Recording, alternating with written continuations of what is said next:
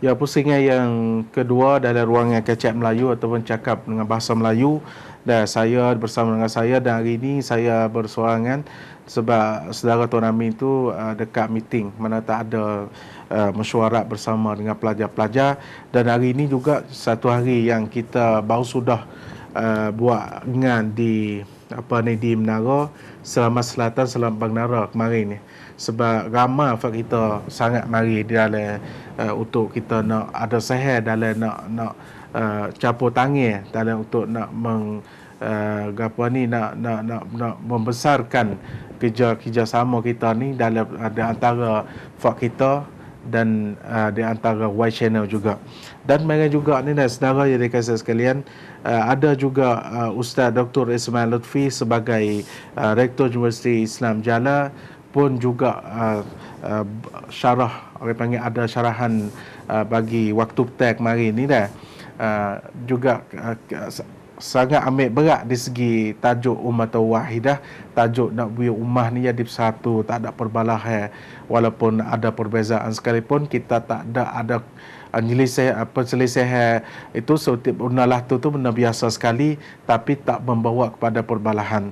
Dan juga dalam video hari ini yang saya cuba-cuba ambil daripada YouTube yang telah disebar oleh ahli-ahli tube atau YouTube tu dah, pakat sebar buku video Ummatun Wahidah Dasar Hidup Ahlussunnah wal Jamaah ini sebagai video yang Masya Allah di segi syarahan yang disampaikan oleh Dr. Ismail Lutfi juga. Sekarang insya-Allah kita pergi sambung dalam tajuk Ummatun Wahidah Dasar Hidup Ahlussunnah wal Jamaah yang disampaikan oleh Rektor Universiti Islam Jaya iaitu Dr. Ismail Lutfi Capakia. Dan persilakan. Alhamdulillah. Nah, maka ibadah yang benar ialah ibadah yang ikut sunnah Rasulnya sallallahu alaihi wasallam. Taqwa yang benar ialah taqwa berdasarkan taqwa ar-Rasul sallallahu alaihi wasallam. Jadi kita perlu fokuskan tentang ibadah dan taqwa. Cuma di sananya banyak-banyak cerita. Nah, setelah mana Allah Ta'ala mengisytiharkan ummah ini satu ummatan wahidah, kita perlu mengambil contoh pelaksanaan Nabi SAW kepada ummatan wahidah. Bagaimanakah contohnya? Yang Nabi SAW apabila sampai ke Madinah adakan sahifah Al-Madinatul Munawwarah, dia ada buat satu cagaran, satu piagam bahwasanya kami dengan ini adalah kitab daripada Muhammad SAW di antara orang mukminin dan orang muslimin. Kalimah yang cukup mendalam, di antara orang mukminin dan orang muslimin, artinya bukan orang itu sama. Nah, ada yang mukmin, ada yang sekadar muslim, tetapi innahum ummatun wahidatun duna an-nas min dunin nas. Innahum ummatun wahidah. Semuanya mereka itu, yaitu mereka itu siapa? Mukminin dan muslimin yang berada daripada Makkah dan daripada Yasrib, daripada Muhajirin dan Ansar itu ummatan wahidah. Dalam pelaksanaan Rasulullah SAW ummatan wahidah menjadi satu gambar dasar, landasan pokok untuk kita jadikan sebagai contoh untuk kita binakan ummatan wahidah di zaman kita. Bagaimana Rasulullah SAW sebagai mewakili contoh teladan kepada ummatan wahidah. Adanya Abu Bakar, adanya Umar, adanya Ali, adanya Utsman, adanya tokoh-tokoh sahabat yang benar-benar berpijak kepada sunnatul Rasulullah sallallahu alaihi wasallam, yang pada umumnya itulah ummatun wahidah di zaman Rasulullah sallallahu alaihi wasallam. Cuma di sana adanya orang-orang yang minkum man yuridud dunya wa minkum man yuridul akhirah. Ibnu Mas'ud terperanjat mendengar ayat ini. Dia kata dia belum tahu, katanya ada di kalangan para sahabat Rasulullah sallallahu alaihi wasallam yang yuridud dunya wa minkum yuridul akhirah. Jadi ada juga yang Rasulullah buat ni, jiwa Rasulullah apa dia didik ini, ada yang yuridud dunia wa minkum may yuridul akhirah. Jadi tidak ada kesamaan dalam ummatan wahidah itu, ada berlainan. Ada setengah ayat itu, faminhum zalimun li nafsihi wa minhum muqtasid. Nah, sabiqum bil khairat. Semua itu berlainan dalam kelas-kelas ummatan wahidah. Jadi kita kena ambil kira. Itu di zaman mula-mula sebagai satu contoh qudwatun hasanah. Qudwatul mujtama' qudwah. Bukan sekadar Rasulullah qudwah. Orang yang Rasulullah tempah pun sebagai qudwah untuk kita ambil kira dari segi kita nak membina akan mujtama' ataupun masyarakat selepas kebangkitan atau sebetas Rasulullah sallallahu alaihi wasallam. Oleh itu maka naklah kita fikir bagaimanakah kita yang Allah Taala berikan akidah yang sejahtera, alhamdulillah, sunnah yang cukup baik dalam segi pelaksanaan ibadah, walillahil hamd, suluk yang cukup baik berdasarkan kepada khuluqul Quran, cara muamalah dengan ummah yang lain cukup baik, karena khuluquhul Quran, bagaimanakah Quran membicara tentang akhlak-akhlaknya. Jadi kalau aqidah salimah, ibadatun sahihah, khuluqun karimah, cukuplah kita. Itulah asas manusia. Itulah perkara-perkara asasi bagi manusia, iaitu dasar yang cukup baik, dasar hidup yang cukup baik. Maka dengan itu kita nampak katanya bagaimanakah ada di zaman Rasulullah SAW sampai munafik yang berada dalam masjid Nabi bersama-sama Nabi, berputar sekitar Nabi, sekali terbuka sekali tertutup, macam-macam akhlak dia pergi. Jadi kita harap semoga perkara-perkara seperti itu menjadi satu periktibaran kepada kita, bahwasanya ummatun wahidah itu yang Nabi isytihar di hadapan Yahudi, wa anna Yahudi Bani Auf itu ialah ummatun ma'al mu'minin, ummatun ma'al mu'minin, bukan ummatun wahidah dia. Jadi kalau Nabi isytihar innahum ummatun wahidah min dunin nas, Nabi tutup min dunin nas. Jadi innahum sini innal mu'minina wal muslimina min Yasrib, dan daripada Makkah dan semuanya, dan orang yang lahiqa bihim wa jahada ma'ahum, innahum ummatun wahidah min dunin nas. Lepas pada itu kata inna yahuda bani Auf ummatun ma'al mu'minin, bersama dengan orang mukmin.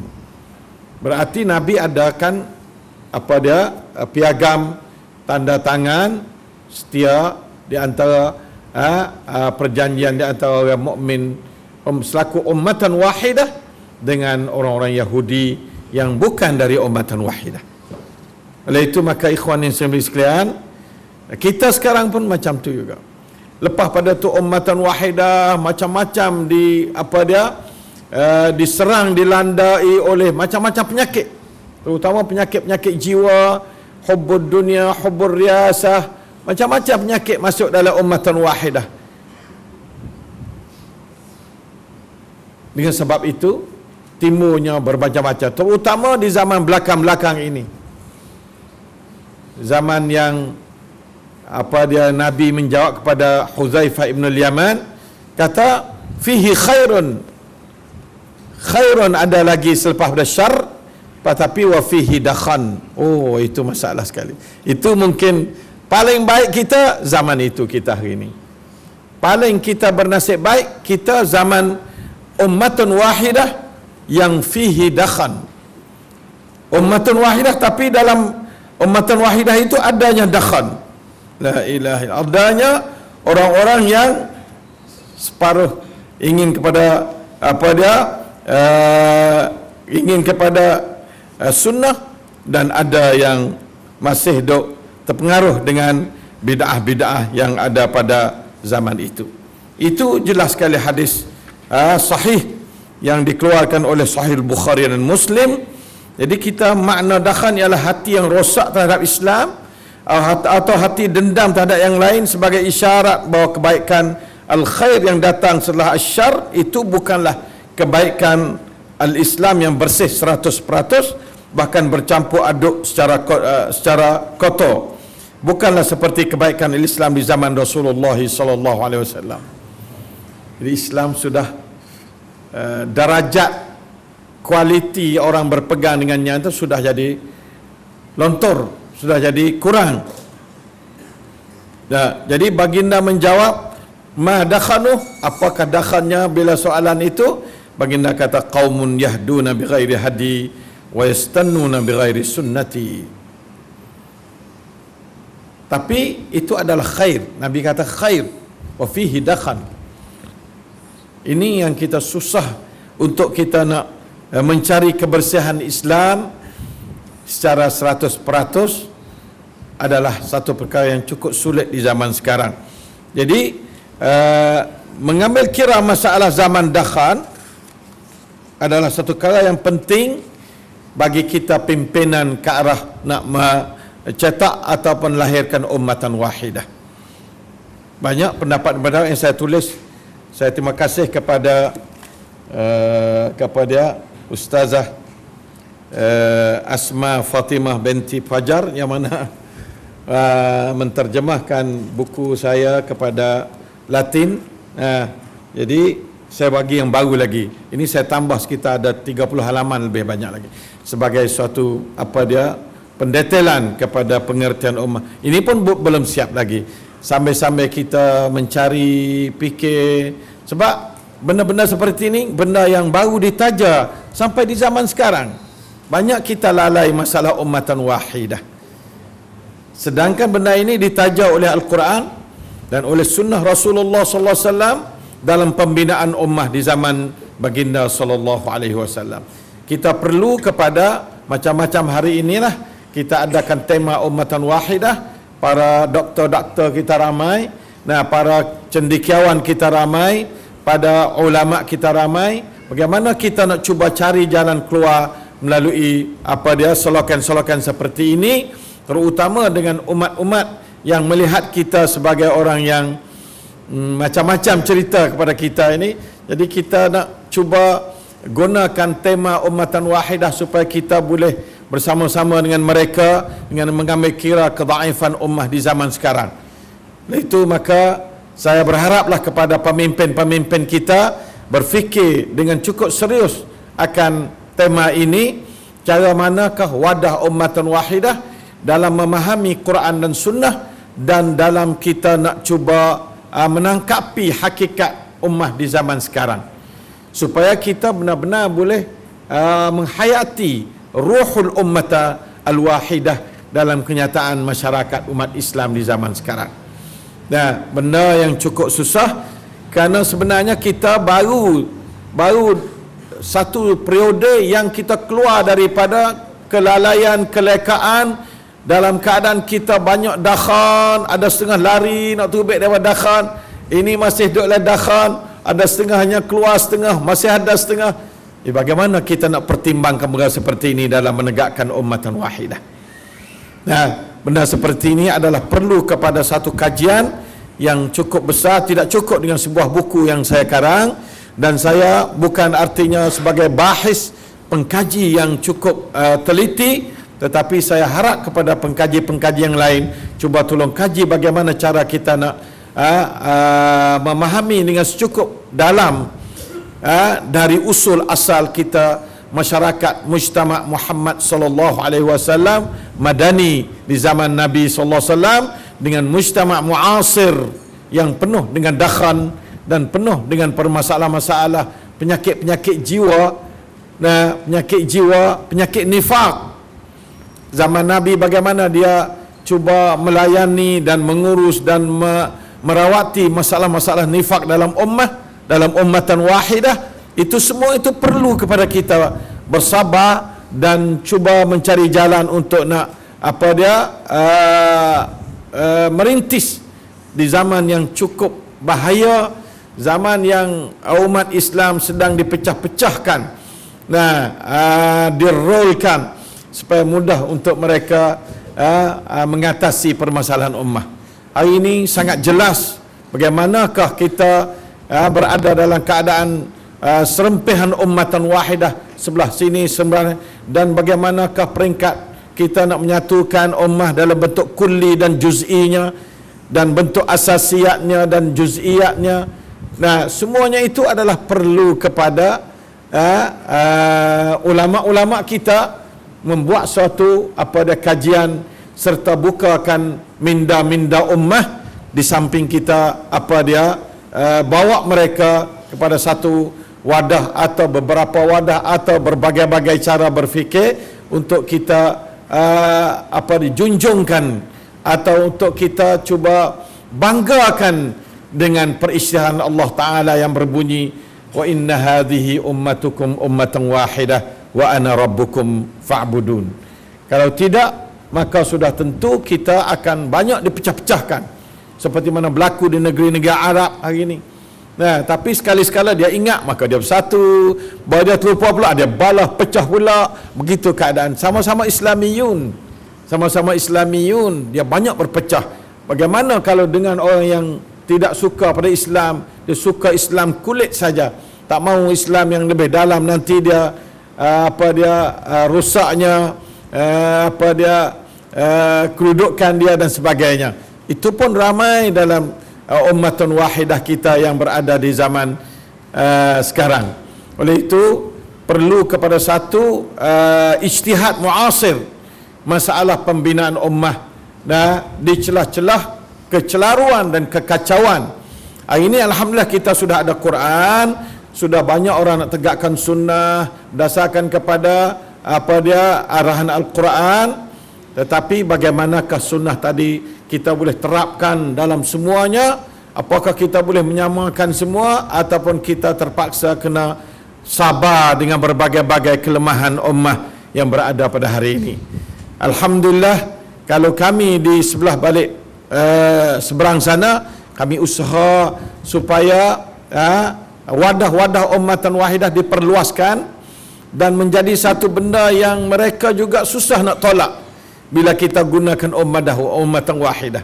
Sedangkan ummatan wahidah ini adalah lebih kurang dengan alaikum bisunnati. Tapi alaikum bisunnati dia susah nak terima.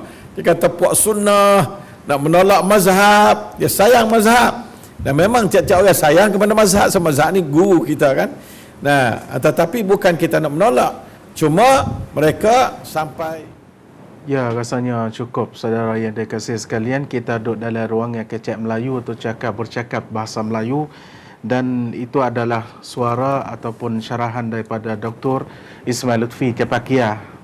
Beliau sebagai rektor Universiti Islam Jala dan sebagai penggerakan Islam semasa dunia. Dan itulah umat wahidah berdasar hidup ataupun dasar hidup Ahlussunnah wal Jamaah yang perlu kita semua ni kena ambil berat, ambil penting. Sebab perkara yang kita nak buat jadi bersatu dan ada perselisihan, tapi kita tak ada perbalahan. Itu yang bermaksud yang kita nak ambil contoh daripada Rasulullah sallallahu alaihi wasallam sebagai contoh yang besar sedunia, dan sebagai qudwah hasanah, sebagai contoh yang baik bagi ummah seluruhnya. Tingkah laku ya Rasulullah SAW tu ialah tingkah laku yang berkesan kepada ummah seluruhnya. Sebab kita ni sebagai ummah Rasulullah SAW sentiasa ambil berat, ambil penting dalam perbuatan Rasulullah, percakapan Rasulullah, diaman Rasulullah pun sekalipun, itu semuanya menjadikan kita nak bawa kepada ummah tak ada yang tiada perbalahan. Saudara, sekarang ni dah saya rasanya cukup kalau ada saudara nak telefon masuk ataupun ada talian nak masuk ni, kita nak buka satu telefon dan nak tahu kata fak kita tu siapa duk tengah rehat, tengah duk tengok sekarang ni. Ya, cepat saya sak neng sayaนะครับ. Kita tengok rakam telefon yang naik atas tu dah.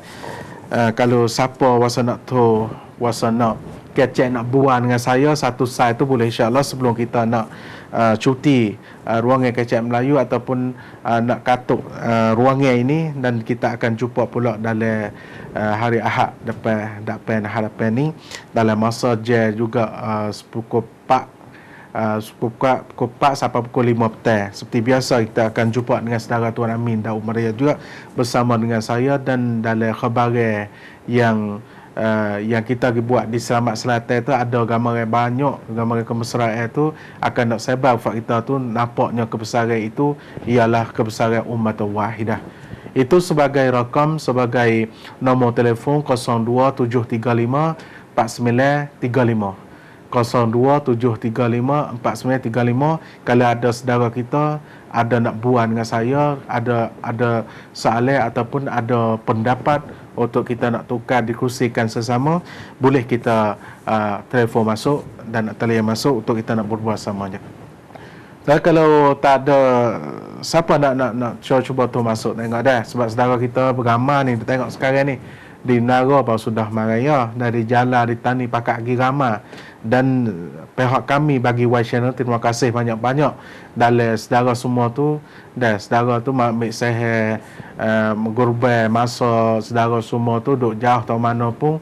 Saya tengok lihat dalam tempat kisi duduk tu penuh dengan saudara yang ramai sekali, duduk dah tak bangun. Ni ada talian masuk, ada panggilan masuk untuk kita nak berbual sebagai awal dan akhir, insya-Allah. Assalamualaikum. Waalaikumsalam. Siapa ni? Saya ni di Penari. Menarik, masya-Allah. Ada apa nak tukar fikiran akhir ni? Di Penari Kaning lah. Ya, silakan. Tukar timna lah, kan ada rencana kecek Melayu untuk menghidupkan bahasa kita. Ya. Ya, kita campur lah. Kadang-kadang kita ada budaya Islam, ada berita Melayu, budaya Melayu, ada perbualan Melayu. Dan ini juga kita ambil video daripada pensyarah dunia Dr. Ismail Lutfi ni sebar pada kita. Benar seperti sekarang ni yang dikeluar tu. Okey, rasanya cukup dah. Terima kasih saudara kita daripada Penarik Taning tu dah yang masuk ada sehat dalam panggilan kita hari ini untuk kita berbual, dan terima kasih banyak-banyak.